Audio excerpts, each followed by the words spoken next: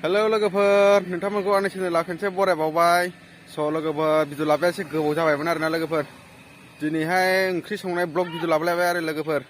सबायजों दाउजों आरोना लोगोफोर ओमफ्राय टमेट' बाथोन स' लोगोफोर भिडिअखौ इन्टारेस्ट मोनोबा जोबोद नायलांबानो जाबाय आरो चेनेलाव गोदानब्ला अननानै चेनेलखौ साबस्क्राइब खालामना होदो स' लोगोफोर नायलांबानो जाबाय आं दा सबाय रुगासिनो दं आरोना लोगोफोर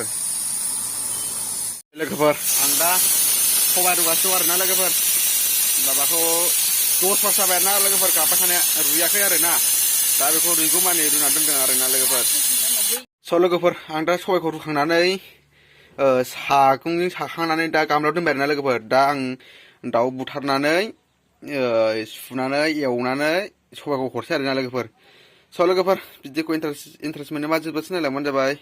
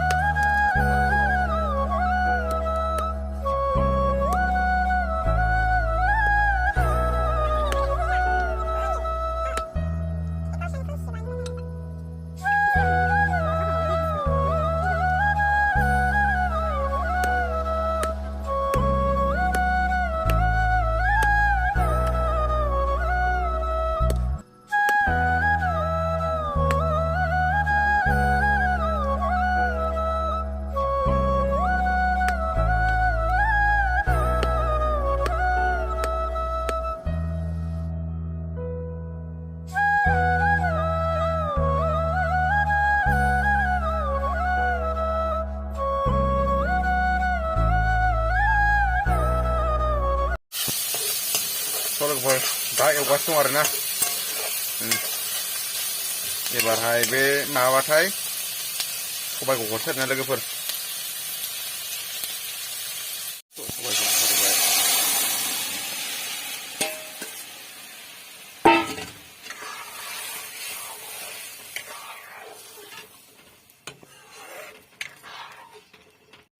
लोगोफोर नै जा मोजां गोदौबाय आरोना लोगोफोर गोदौगासिनो दं मोनसेयानो दैया एसे जबावबानो मोनबायना लोगोफोर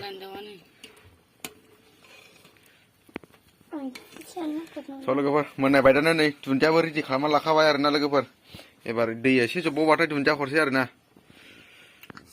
स' लोगोफोर जों जाबाय थानोसै आरोना लोगोफोर नेक्स्ट भिडिअ थाबैनो लोगो मोनफिनगोन मोना जाबाय बाय